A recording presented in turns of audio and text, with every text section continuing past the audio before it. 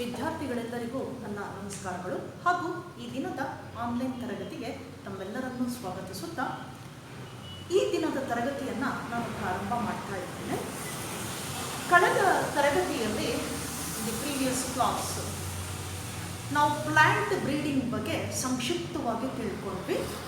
Plant breeding ಅಂದರೆ ಏನು definition ಕೊಡಬಹುದು, ಆ ಬ್ರೀಡಿಂಗಲ್ಲಿ ಬರ್ತಕ್ಕಂತಹ ಸ್ಟೆಪ್ಸ್ ಯಾವುದು, ಹಂತಗಳು ಯಾವುದು, ಇದನ್ನೆಲ್ಲನೂ ಕೂಡ ವಿವರವಾಗಿ ನಾವು ಸ್ಟಡಿ ಮಾಡಿದ್ವಿ. ಇನ್ plant breeding there are 5 major steps are involved through which introduced new varieties, desirable character plants, new breeds, new hybrid varieties are introduced in food crops. Now, in this class, we will discuss about through plant breeding introduced new species, new breeds with high yielding capacity. ಇವತ್ತೇನು plant ಬ್ರೀಡಿಂಗ್ನ ಮುಖಾಂತರ ಪರಿಚಯಿಸಿರ್ತಕ್ಕಂತಹ ಉತ್ತಮ ತಳಿಗಳು ಏನಿದೆ, new breeds ಏನಿದೆ, ಇವೆಲ್ಲವೂ ಕೂಡ ಹೆಚ್ಚು ಇಳುವರಿಯನ್ನು ಕೊಡುವಂತಹ ತಳಿಗಳಾಗಿದೆ. ಅದರಲ್ಲೂ ಕೂಡ regarding the green revolution, what are the changes, revolutionary changes in the agriculture field, ಆ ಕೃಷಿಯಲ್ಲಿ ಏನೆಲ್ಲ ಮಹತ್ತರ ಬದಲಾವಣೆಗಳನ್ನು ನಾವು ಮಾಡಿದ್ದೇವೆ.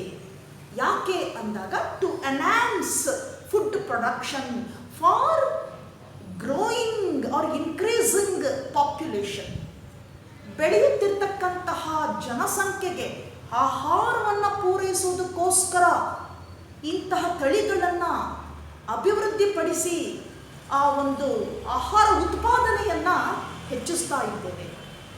That is the point, that is the main aim in plant breeding. ಹಾಗಾದರೆ ಯಾವ್ಯಾವ ಪ್ಲ್ಯಾಂಟ್ಸಲ್ಲಿ ನಾವು ಇಂತಹ ವೆರೈಟೀಸನ್ನು ಇಂಟ್ರೊಡ್ಯೂಸ್ ಮಾಡಿ ಆಹಾರದ ಉತ್ಪಾದನೆಯನ್ನು ಹೆಚ್ಚಿಸ್ತಾ ಇದ್ದೀವಿ ಅಂದಾಗ, ಎಸ್ಪೆಷಲಿ ಇನ್ ಫುಡ್ ಕ್ರಾಪ್ಸ್, ಇದನ್ನು ಆಹಾರದ ಬೆಳೆಗಳಲ್ಲಿ ಹೆಚ್ಚಾಗಿ ನಾವು ಇದನ್ನು ಹೊಸ ವೆರೈಟೀಸನ್ನು ನಾವು ಅಭಿವೃದ್ಧಿಪಡಿಸಿದ್ದೇವೆ. ಯಾಕೆ ಅಂದರೆ ಏನು ಬೆಳೀತಾ ಇರ್ತಕ್ಕಂಥ ಪಾಪ್ಯುಲೇಷನ್ಗೆ ಆಹಾರವನ್ನು ಸಮರ್ಪಕವಾಗಿ ಒದಗಿಸಬೇಕಾದರೆ, ಪೂರೈಸಬೇಕಾದರೆ ಅತ್ಯಧಿಕ ಪ್ರಮಾಣದಲ್ಲಿ ಆಹಾರದ ಉತ್ಪಾದನೆ ಆಗಬೇಕಾಗಿದೆ. You know that in India 36% of peoples occupied job. ಒಂದು 36% ಜನ ಉದ್ಯೋಗವನ್ನು ಅವಲಂಬಿಸಿದ್ದಾರೆ. ಈ ಉಳಿದಿರ್ತಕ್ಕಂತಹ 64% ನಾವು ನೋಡೋದಾದರೆ ಅವರೆಲ್ಲರೂ ಕೂಡ ಅಗ್ರಿಕಲ್ಚರನ್ನು ಆಕ್ಯುಪೇಷನ್ ಮಾಡ್ಕೊಂಡಿರುವಂಥವ್ರು, ಕೃಷಿಯನ್ನು ಅವಲಂಬಿಸಿರುವಂಥವ್ರು. ಹಾಗಾಗಿ ಇಲ್ಲಿ ಬೆಳೀತಾ ಇರ್ತಕ್ಕಂಥ ಜನಸಂಖ್ಯೆಗೆ ಅಧಿಕ ಪ್ರಮಾಣದಲ್ಲಿ ಅಷ್ಟು ಕಡಿಮೆ ಪರ್ಸೆಂಟಲ್ಲಿರ್ತಕ್ಕಂತಹ ಫಾರ್ಮರ್ಸಿಂದ ಹೇಗೆ ಉತ್ಪಾದಿಸಬೇಕು ಅಂದಾಗ ಇಂತಹ ವೆರೈಟೀಸನ್ನು ಇಂಟ್ರೊಡ್ಯೂಸ್ ಮಾಡಿ ಅದರ ಮೂಲಕ ಕಡಿಮೆ ಜಾಗದಲ್ಲಿ ಅಧಿಕ ಇಳುವರಿಯನ್ನು ಪಡೆಯುವಂಥದ್ದು ಬಹಳ ಮುಖ್ಯವಾಗಿದೆ. ಅದರಲ್ಲೂ ಕೂಡ food crops like wheat, rice and maize, ಮುಖ್ಯ ಆಹಾರ ಬೆಳೆಗಳಾಗಿರ್ತಕ್ಕಂತಹ ಗೋಧಿ, ಮೆಕ್ಕೆಜೋಳ ಮತ್ತು ಭತ್ತ, ಈ ಫುಡ್ ಕ್ರಾಪ್ಸಲ್ಲಿ ಇಂಥ ನ್ಯೂ ವೆರೈಟೀಸನ್ನು ಇಂಟ್ರೊಡ್ಯೂಸ್ ಮಾಡಿ ಹೆಚ್ಚು ಪ್ರಮಾಣದಲ್ಲಿ ಫುಡ್ ಪ್ರೊಡಕ್ಷನನ್ನು ಇವತ್ತು ಪ್ಲ್ಯಾಂಟ್ ಬ್ರೀಡಿಂಗ್ನ ಮುಖಾಂತರ ಮಾಡಲಾಗ್ತಾ ಇದೆ. The main task for plant breeding purpose, ಅದು ಒಂದು ಮುಖ್ಯ ಒಂದು ಚಾಲೆಂಜಿಂಗ್ ಟಾಸ್ಕ್. ಅದು ಯಾವ ರೀತಿ ಇಂಪ್ರೂವ್ ಮಾಡಿ ಬೆಳೀತಾ ಇರ್ತಕ್ಕಂತಹ ಜನಸಂಖ್ಯೆಗೆ ಆಹಾರವನ್ನು ಪೂರೈಸಬೇಕಾಗ್ತದೆ ಅನ್ನೋದು. ಯಾಕೆಂದರೆ over population leads that creates problems like unemployment, shortage of food, poverty, ಈ ಜನಸಂಖ್ಯಾ ಸ್ಫೋಟ ಏನು ಕೊಡುತ್ತೆ, ಎಂತಹ ಸಮಸ್ಯೆನ ಉಂಟು ಮಾಡುತ್ತೆ ಅಂದಾಗ ನಿರುದ್ಯೋಗ ಸಮಸ್ಯೆಯನ್ನು ಉಂಟು ಮಾಡುತ್ತೆ, ಆಹಾರದ ಕೊರತೆಯನ್ನು ಉಂಟು ಮಾಡ್ತಕ್ಕಂಥದ್ದು, ಹಾಗೆ ಇನ್ನು ಮುಂದುವರೆದು ನಾವು ನೋಡೋದಾದರೆ ಬಡತನ. ಇವೆಲ್ಲವೂ ಕೂಡ ಈ ಒಂದು ಪಾಪ್ಯುಲೇಷನ್ ಎಕ್ಸ್ಪ್ಲೋಷನ್ ಇಂದ ಕ್ರಿಯೇಟ್ ಆಗ್ತಕ್ಕಂತಹ ಪ್ರಾಬ್ಲಮ್ಸ್. ಇದನ್ನು ನಾವು ಸರಿದೂಗಿಸ್ಬೇಕಾದ್ರೆ, ಮ್ಯಾನೇಜ್ ಮಾಡಬೇಕಾದರೆ ಆ ಫುಡ್ ಕ್ರಾಪ್ಸ್ ಏನಿದೆ ಅಲ್ಲಿ ನಾವು ನ್ಯೂ ವೆರೈಟೀಸ್ ಅನ್ನು ಡೆವಲಪ್ ಮಾಡಬೇಕಾಗಿದೆ ಫಾರ್ ಹೈ ಹೀಲ್ಡಿಂಗ್ ಪರ್ಪಸ್, ಅತ್ಯಧಿಕವಾಗಿ ಇಳುವರಿಯನ್ನು ಪಡೆಯುವ ಉದ್ದೇಶದಿಂದ. So the main food crop, we introduced new varieties for hybrids, especially in main food crops like wheat, maize and rice. ಈ ಮೂರರಲ್ಲಿ ನಾವು ಇವತ್ತು ಹೆಚ್ಚು ಹೆಚ್ಚು ನ್ಯೂ ಬ್ರೀಡ್ಸ್ ಅನ್ನು ಇಂಟ್ರೊಡ್ಯೂಸ್ ಮಾಡಿದ್ದೇವೆ, ಪರಿಚಯಿಸಿದ್ದೇವೆ. ಹಾಗೆ ನಾವೊಂದು ಕ್ಯಾಲ್ಕುಲೇಷನ್ ಅನ್ನು ತೆಗೆದುಕೊಂಡಾಗ, ಫಾರ್ ಎಕ್ಸಾಂಪಲ್ ವೀಟ್, ನಾವು ಗೋಧಿಗೆ ತಗೊಂಡಾಗ ವೀಟಲ್ಲಿ during 1960 to 2000 year, in that period 1960ರಿಂದ 2000 ವರ್ಷಗಳ ನಡುವಿನ ಒಂದು ಅಂತರದಲ್ಲಿ, ಆ ಒಂದು 40 ವರ್ಷಗಳ ಅಂತರದಲ್ಲಿ ಎಷ್ಟು ಎನ್ಹಾನ್ಸ್ ಮಾಡಿದ್ದೇವೆ ನಾವು ಪ್ರೊಡಕ್ಷನ್ ಅನ್ನ, ವೀಟ್ ಪ್ರೊಡಕ್ಷನ್ ಅನ್ನ ಅಂದಾಗ, so during 1960 to 2000 years, so an approximate duration of 40 years, 40 ವರ್ಷಗಳಲ್ಲಿ we enhanced the production of wheat from 11 million thousands to 75 million tons. 11 million tons to 75 million tons. 11 million tons ಇಂದ ನಾವು ಎಲ್ಲಿಗೆ improve ಮಾಡಿದ್ದೇವೆ? 75 million tons ವರೆಗೂ ನಾವು ಆ ಅವಧಿಯಲ್ಲಿ ಗೋಧಿ ಉತ್ಪಾದನೆಯನ್ನ ಹೆಚ್ಚಿಸಲಾಗಿದೆ. ಹೇಗೆ ಹೆಚ್ಚಿಸಲಾಯಿತು ಇದರ ಪ್ರೊಡಕ್ಷನ್ ಅನ್ನ, ಹೇಗೆ ಇಂಪ್ರೂವ್ ಮಾಡಲಾಯಿತು ಅಂದಾಗ, by the practice of new varieties in wheat. ಗೋಧಿಯಲ್ಲಿ ಹೊಸ ತಳಿಗಳನ್ನು ಪರಿಚಯಿಸುವುದರ ಮೂಲಕ ಇಷ್ಟು ಪ್ರಮಾಣದಲ್ಲಿ ಅದರ ಉತ್ಪಾದನೆಯನ್ನ ಹೆಚ್ಚಿಸಲಾಗಿದೆ. ಹಾಗಾದರೆ ಗೋಧಿಯಲ್ಲಿ ನಾವು ಯಾವ್ಯಾವ ಹೊಸ ವೆರೈಟೀಸ್ ಅನ್ನ ಪರಿಚಯಿಸಿದ್ದೇವೆ ಅಂದಾಗ, so in wheat varieties, that is the 2 semi-dwarf varieties in wheat crossed between them and introduced a new variety of wheat. ಇಲ್ಲಿ ಮೂಲತಃ 2 ಮಧ್ಯಮ ಗಾತ್ರದ ಹೈಟ್ ಇರ್ತಕ್ಕಂತಹ ವೀಟ್ ವೆರೈಟಿನನ್ನ ಸೆಲೆಕ್ಟ್ ಮಾಡಿಕೊಂಡು ಅವುಗಳನ್ನು ಕ್ರಾಸ್ ಮಾಡಿ ಹೊಸ ವೆರೈಟಿಯನ್ನ ಇಂಟ್ರೊಡ್ಯೂಸ್ ಮಾಡಿರುವಂಥದ್ದು. ಸೆಲೆಕ್ಟೆಡ್ 2 semi-dwarf, ಮಧ್ಯಮ ಹೈಟ್ ಇರ್ತಕ್ಕಂಥದ್ದು semi-dwarf wheat varieties, then crossed between them, then introduced new variety of wheat. ಹೊಸ ಒಂದು ವೀಟ್ ತಳಿಯನ್ನ ಇಂಟ್ರೊಡ್ಯೂಸ್ ಮಾಡಲಾಗಿದೆ. ಎಲ್ಲಿ ಯಾವಾಗ ಫಸ್ಟ್ ಟೈಮ್ ಈ ವೆರೈಟಿಯನ್ನ ಇಂಟ್ರೊಡ್ಯೂಸ್ ಮಾಡಲಾಯಿತು ಅಂದಾಗ, so that wheat variety introduced by Norman E. Borlaug.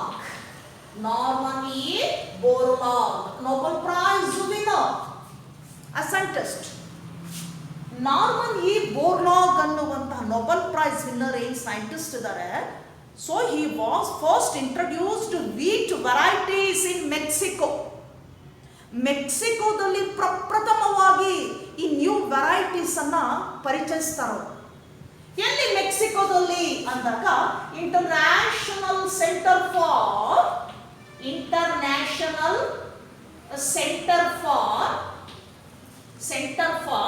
wheat and maize improved in Mexico. ಒಂದು ಕೇಂದ್ರ ಇದೆ ಮೆಕ್ಸಿಕೋದಲ್ಲಿ, ಅದು international centre for wheat and maize improved centre Mexico. ಅಲ್ಲಿ ಪ್ರಪ್ರಥಮವಾಗಿ ಈ ಸೆಮಿ ಡ್ವಾರ್ಫ್ ವೆರೈಟೀಸ್ ಅನ್ನ ಕ್ರಾಸ್ ಮಾಡುವುದರ ಮುಖಾಂತರ ನ್ಯೂ ವೆರೈಟಿ ಆಫ್ ವೀಟ್ ಅನ್ನ ಇಂಟ್ರೊಡ್ಯೂಸ್ ಮಾಡಲಾಯಿತು. ಅದರ ಸಹಾಯದಿಂದ 11 ಮಿಲಿಯನ್ ಟನ್ಸ್ ಇರ್ತಕ್ಕಂಥ ಪ್ರೊಡಕ್ಷನ್ನು 75 ಮಿಲಿಯನ್ ಟನ್ಸ್ಗೆ ಏನಾಯಿತು, ಎನ್ಹಾನ್ಸ್ ಆಯಿತು 40 ವರ್ಷಗಳಲ್ಲಿ. ಇನ್ 1962-2000 ಇಯರ್ ಈ ಪ್ರಮಾಣದಲ್ಲಿ ವೀಟ್ ಏನಾಯಿತು, ಪ್ರೊಡಕ್ಷನ್ನು ಎನ್ಹಾನ್ಸ್ ಮಾಡಲಾಯಿತು ಆ ಸೆಮಿ ಡ್ವಾರ್ಫ್ ವೆರೈಟಿಯಿಂದ. Later in India 2 semi dwarf varieties of wheat are practiced and enhanced the production of wheat in India. ಇಂಡಿಯಾದಲ್ಲಿ ಏನಾಯ್ತು ಈಗ, ಅದರ ನಂತರ 2 ಸೆಮಿ ಡ್ವಾರ್ಫ್ ವೆರೈಟಿಯನ್ನು ಪರಿಚಯಿಸಲಾಯಿತು. ಅಧಿಕ ಇಳುವರಿ ಕೊಡ್ತಕ್ಕಂತಹ ಗೋಧಿಯ ತಳಿಗಳನ್ನು ಪರಿಚಯಿಸಲಾಯಿತು. What are those 2 semi dwarf varieties of wheat? One is called Sonalika, and second one is called Kalyan Sona. ನಮ್ಮ ಇಂಡಿಯಾದಲ್ಲಿ ಈ 2 ಸೆಮಿ ಡ್ವಾರ್ಫ್ ವೆರೈಟಿ ವೀಟ್ ಅನ್ನ ಆನಂತರ ಪರಿಚಯಿಸಲಾಗಿ ಇವತ್ತು ಅತ್ಯಧಿಕ ಪ್ರಮಾಣದಲ್ಲಿ ನಾವು ಗೋಧಿಯ ಉತ್ಪಾದನೆಯನ್ನ ಮಾಡ್ತಾ ಇದ್ದೇವೆ. ಆ 2 ವೆರೈಟಿ ಯಾವ್ಯಾವುದು ಅಂದಾಗ, ಒಂದು ಸೊನಾಲಿಕಾ, ಎರಡನೇದಾಗಿ ಕಲ್ಯಾಣ್ ಸೋನಾ ಅನ್ನುವಂತಹ 2 ಮಧ್ಯಮ ಗಾತ್ರದ, ಮಧ್ಯಮ ಹೈಟ್ ಇರ್ತಕ್ಕಂತಹ, ಅದನ್ನೇ ನಾವು ಸೆಮಿ ಡ್ವಾರ್ಫ್ ಅಂತ ಕರಿತೀವಿ. ಈ ಗೋಧಿ ವೆರೈಟೀಸ್ ಅನ್ನ ಇಂಟ್ರೊಡ್ಯೂಸ್ ಮಾಡಿಕೊಂಡು ನಾವು ಆ ಪ್ರೊಡಕ್ಷನ್ ಅನ್ನ ಏನ್ ಮಾಡಿದೀವಿ, ಇವತ್ತು ಈಲ್ಡ್ ಅನ್ನ ಏನ್ ಮಾಡಿದೀವಿ, ಎನ್ಹಾನ್ಸ್ ಮಾಡಿದ್ದೇವೆ ಇಂಡಿಯಾದಲ್ಲಿ. ನೆನಪಲ್ಲಿ ಇಟ್ಕೊಳ್ಬೇಕು, 2 varieties of semi dwarf varieties of wheat, Kalyan Sona and Sonalika. Now coming to the rice variety. ಈಗ ರೈಸ್ ವೆರೈಟಿಗೆ ಬರೋಣ. So the first rice variety, new breed introduced in Philippines and Taiwan. ಈ 2 ದೇಶಗಳಲ್ಲಿ ಪ್ರಥಮವಾಗಿ ಭತ್ತದ ವೆರೈಟಿಯನ್ನ, ನ್ಯೂ ವೆರೈಟಿಯನ್ನ ಪರಿಚಯಿಸಿ ಅದರ ಮುಖಾಂತರ ಹೆಚ್ಚಿನ ಒಂದು ಭತ್ತದ ಇಳುವರಿಯನ್ನ ಮಾಡಲಾಗ್ತಾ ಇದೆ. ಹಾಗಾದ್ರೆ in Philippines improved the rice variety known as IR8. Philippines ಅಲ್ಲಿ ಇಂಟ್ರೊಡ್ಯೂಸ್ ಮಾಡಿರ್ತಕ್ಕಂಥ ನ್ಯೂ ವೆರೈಟಿ ಆಫ್ ರೈಸ್ ಏನಿದೆ, ಆ ವೆರೈಟಿ ಹೆಸರು IR8 ಇನ್ IRRI ಸೆಂಟರ್. ಆ ಫಿಲಿಪೈನ್ಸ್ ಅಲ್ಲಿ ಯಾವ ಕೇಂದ್ರದಲ್ಲೇ ಇದನ್ನ ಪರಿಚಯ ಮಾಡಲಾಯಿತು, ಇಂಪ್ರೂವ್ ಮಾಡಲಾಯಿತು, ಡೆವಲಪ್ ಮಾಡಲಾಯಿತು ಅಂದಾಗ IRRI, that is international rice research institute at the Philippines. ಅದನ್ನ ನಾವು ಶಾರ್ಟ್ ಆಗಿ IRRI ಅಂತ ಹೇಳ್ತೀವಿ. ಅಲ್ಲಿ the first new variety of rice, that is IR8, ಇದನ್ನ ಇಂಟ್ರೊಡ್ಯೂಸ್ ಮಾಡಲಾಯಿತು. Then another new variety introduced in Taiwan ಅಲ್ಲಿ ಒಂದು ಇಂಟ್ರೊಡ್ಯೂಸ್ ಮಾಡ್ತಾರೆ ನ್ಯೂ ರೈಸ್ ವೆರೈಟಿಯನ್ನ, that is called native Taichung. Native one ಇದು ಆ ವೆರೈಟಿ ಹೆಸರು. Another new variety of rice introduced or developed in Taiwan named as Taichung native one. ಅದರ ಹೆಸರು Taichung native one ಅನ್ನುವಂತಹ ರೈಸ್ ವೆರೈಟಿಯನ್ನ ಇಂಟ್ರೊಡ್ಯೂಸ್ ಮಾಡಲಾಯಿತು ಥೈವಾನ್ ಫಸ್ಟ್ ಟೈಮ್ ಅಲ್ಲಿ. Then new varieties of rice introduced and developed in different parts of the world. ನಂತರ ಜಗತ್ತಿನಾದ್ಯಂತ ಅನೇಕ ಭಾಗಗಳಲ್ಲಿ, ಇನ್ಕ್ಲೂಡಿಂಗ್ ಇಂಡಿಯಾ ಆಲ್ಸೋ, ಅನೇಕ ಭಾಗಗಳಲ್ಲಿ ಹೊಸ ಭತ್ತದ ತಳಿಗಳನ್ನು ಪರಿಚಯಿಸಿ ಹೆಚ್ಚಿನ ಉತ್ಪಾದನೆಯನ್ನ ಮಾಡಲಾಗ್ತಾ ಇದೆ, ಪ್ರೊಡಕ್ಷನ್ ಅನ್ನ ಹೆಚ್ಚಿಸಲಾಗ್ತಾ ಇದೆ. So now in India the 2 popular variety of rice named as Jaya and Ratna. ಹಾಗೆ ನಮ್ಮ ಭಾರತ ದೇಶದಲ್ಲಿ ಎರಡು ಅಧಿಕ ಪ್ರಮಾಣದಲ್ಲಿ ಇಳುವರಿಯನ್ನು ಕೊಡ್ತಕ್ಕಂತಹ ಭತ್ತದ ತಳಿಗಳು ಅಂದ್ರೆ ಒಂದು ಜಯ ಅಂಡ್ ಇನ್ನೊಂದು Ratna. New cross breeds or hybrid breeds improved or developed in India. One is Jaya and the second one is Ratna. So this is the brief summary of the newly developed improved varieties of rice and as well as wheat. Now we move on to the next crop, that is sugarcane. That is sugarcane, kabbu. Sugarcane. Here, the new varieties of sugarcane already introduced in India. By that time, in North India, one of the popular variety of sugarcane that is called Saccharum barberry. Saccharum barberry. So improved in North India.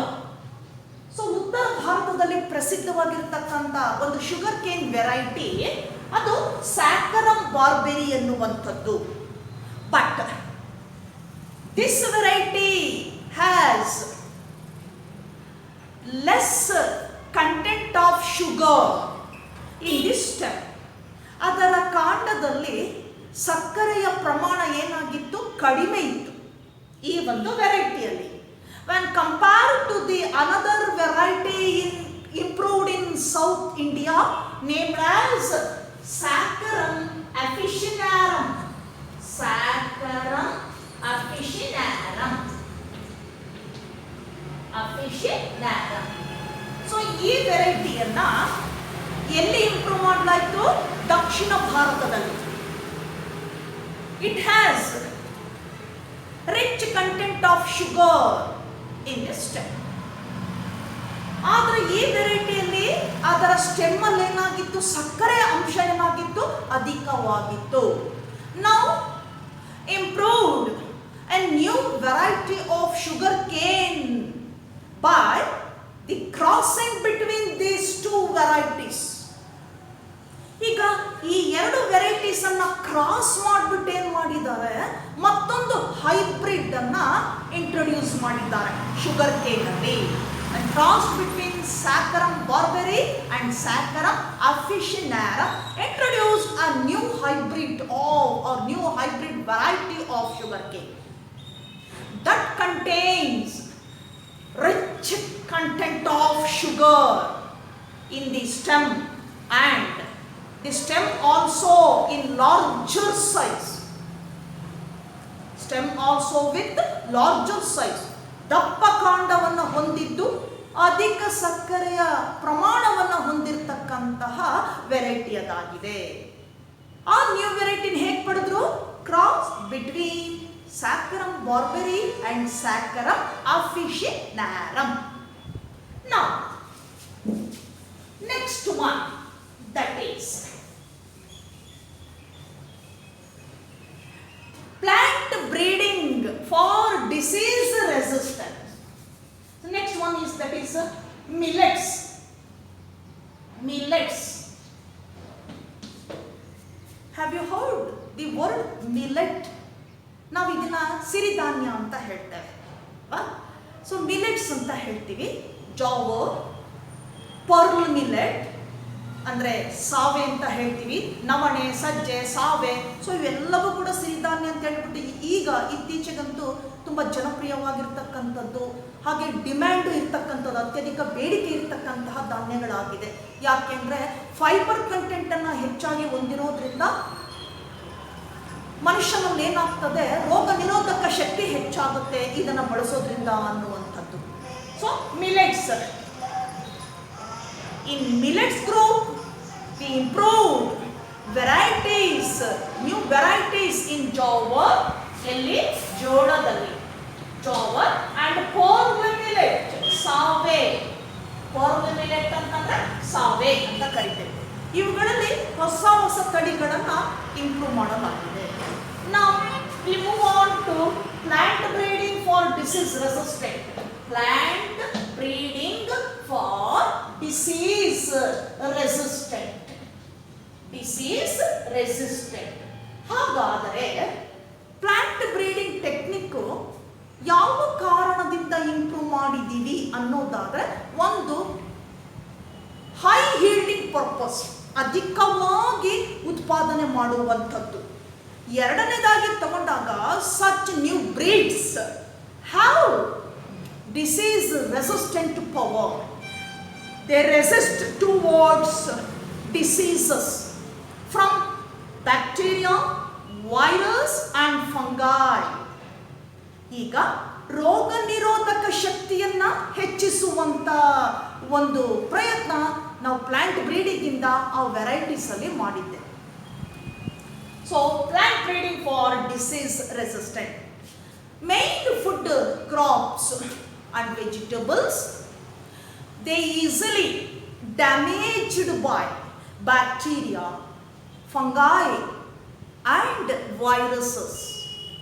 ಕೆಲವು ಮುಖ್ಯ ಆಹಾರ ಬೆಳೆಗಳೇನಿದೆ ಅದು ತರಕಾರಿ ರೂಪದಲ್ಲಿ ಸಿಗಬಹುದು ನಮಗೆ, ಹಾಗೆ ನಮಗೆ ಧಾನ್ಯಗಳ ರೂಪದಲ್ಲೂ ಕೂಡ ಸಿಗ್ಬೋದು. ಇವುಗಳು ರೋಗಗಳ ಹಾವಳಿಗೆ ಬಹಳ ಬೇಗ ತುತ್ತಾಗುತ್ತೆ. ಅದರಲ್ಲೂ ಕೂಡ ಬ್ಯಾಕ್ಟೀರಿಯಲ್ ಡಿಸೀಸಸ್, ಬ್ಯಾಕ್ಟೀರಿಯಾದಿಂದ ಬರ್ತಕ್ಕಂತಹ ತಗುಲುವಂತಹ ರೋಗಗಳು, ವೈರಲ್ ಡಿಸೀಸಸ್, ವೈರಸ್ನಿಂದ ಬರ್ತಕ್ಕಂಥ ರೋಗಗಳು, ಅಂಡ್ ಫಂಗಲ್ ಡಿಸೀಸಸ್, ಶಿಲೀಂಧ್ರದಿಂದ ಬರ್ತಕ್ಕಂಥ ರೋಗಗಳು, ಇವುಗಳಿಗೆ ಬಹಳ ಬೇಗ ತುತ್ತಾಗೋದ್ರಿಂದ ಏನಾಗ್ತದೆ?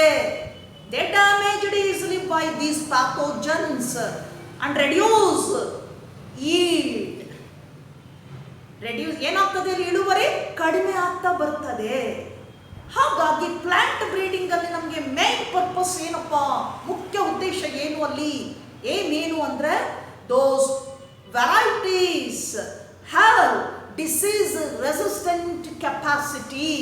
They are resistant towards diseases caused by bacteria or fungi or virus. ಹೀಗೆ ಹಾಗಾಗಿ ಇದನ್ನು ತಡೆದುಕೊಳ್ಳೋ ಶಕ್ತಿಯನ್ನ ಅದೇನಾಗಿದೆ ಹೊಂದಿರ್ತದೆ. ಯಾವುದು? New varieties. ಯಾವುದರಿಂದ ನಾವು ಅದನ್ನ ಇಂಟ್ರೊಡ್ಯೂಸ್ ಮಾಡಿರ್ತಕ್ಕಂಥದ್ದು? ಪ್ಲಾಂಟ್ ಬ್ರೀಡಿಂಗ್ ನಿಂದ ನಾವು ಇಂಟ್ರೊಡ್ಯೂಸ್ ಮಾಡಿರ್ತಕ್ಕಂತಹ ಹೊಸ ತಳಿಗಳಲ್ಲಿ. ನಾವು plant breeding for disease resistance.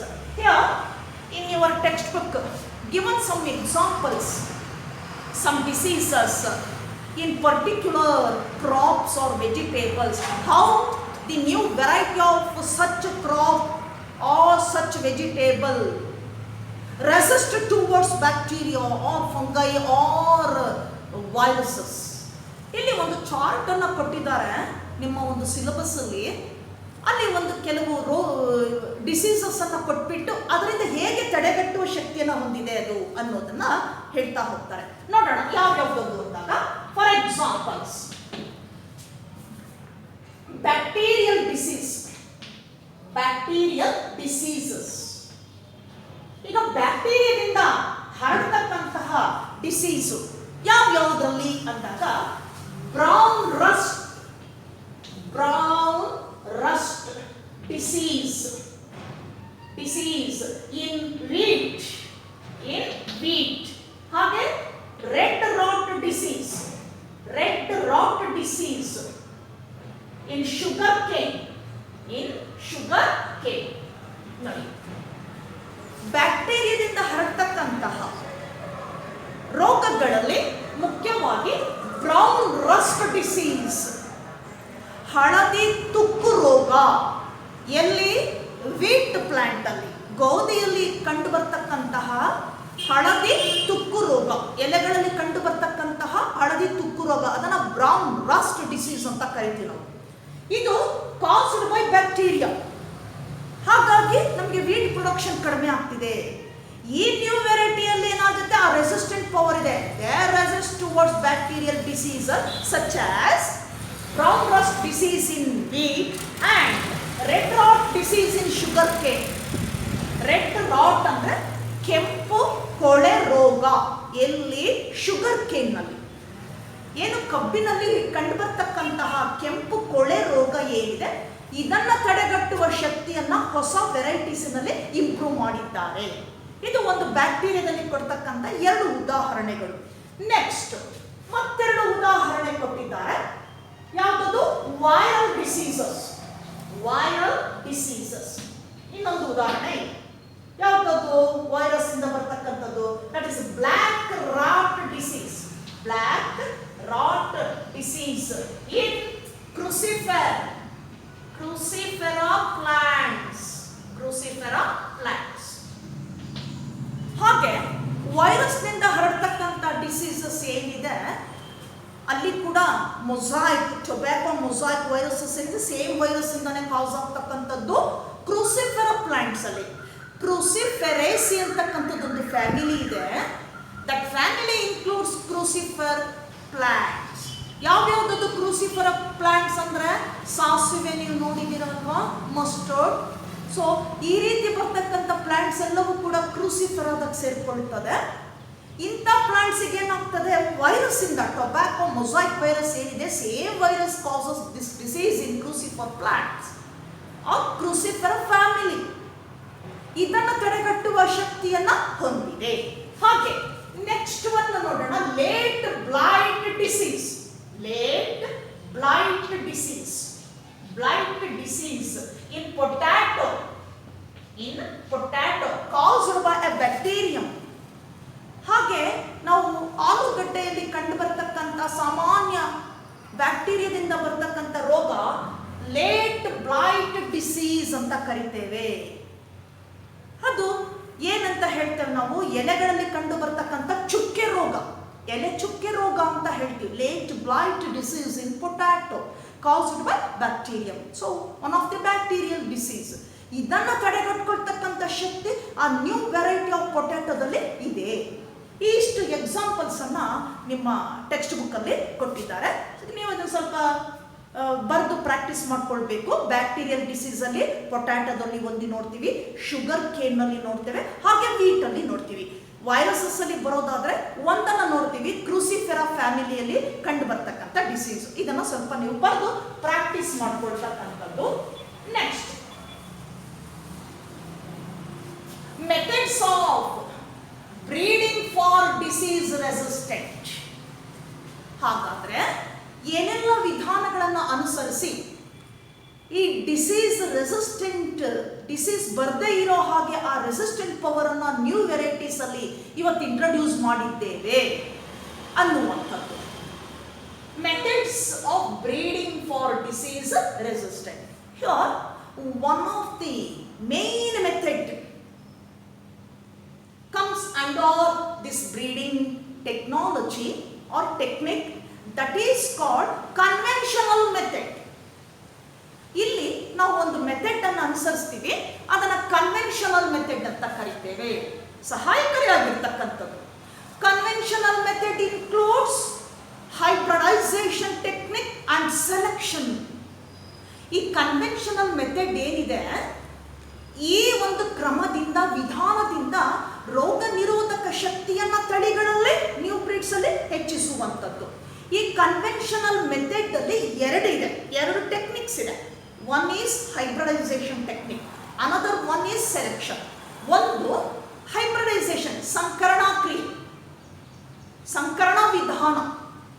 ಇನ್ನೊಂದು ಆಯ್ಕೆ ವಿಧಾನ, ಸೆಲೆಕ್ಷನ್ ಮೆಥಡ್ ಅಂತ ಕರಿತೇವೆ.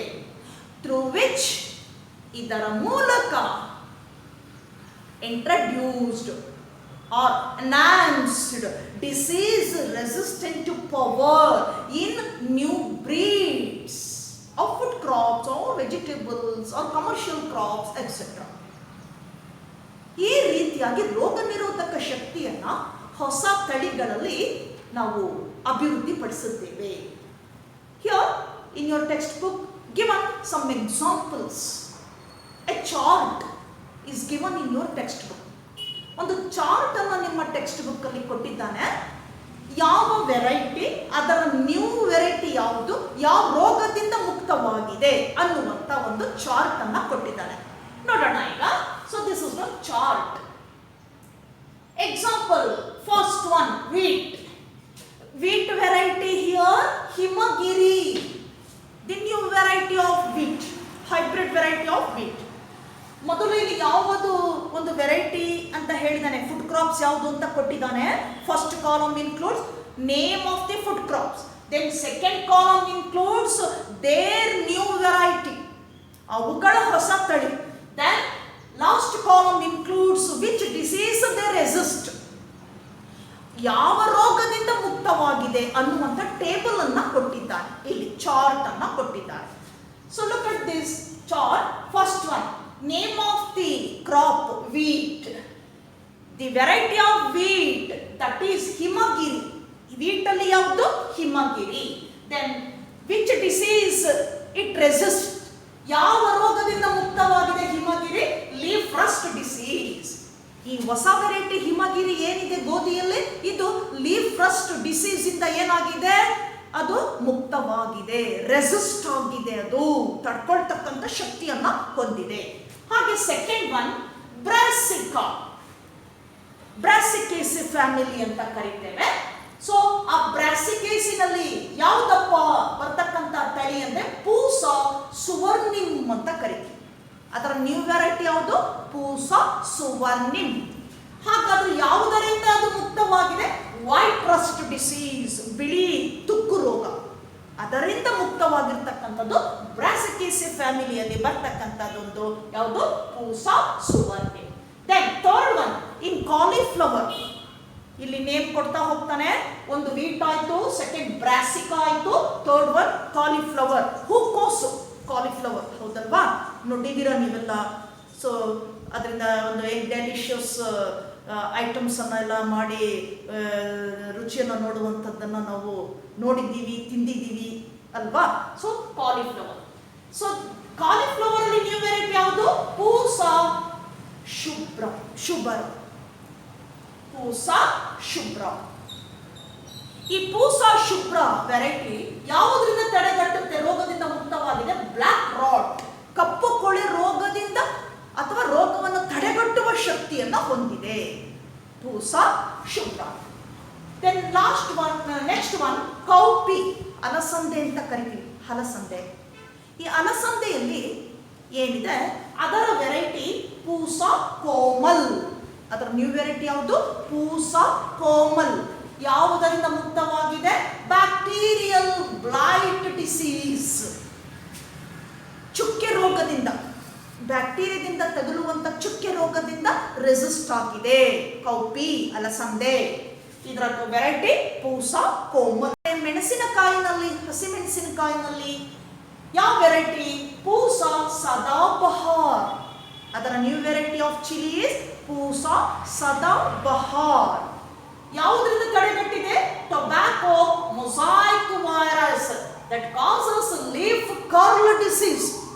ಆ ಎಲೆಗಳಲ್ಲಿ ಏನಾಗುತ್ತೆ? ಸುಕ್ಕಾಗುವಿಕೆ, ಎಲೆಗಳಲ್ಲಿ ಸುಳಿಯಾಗುವಿಕೆ, ಇದನ್ನು ತಡೆಗಟ್ಟುತ್ತದೆ.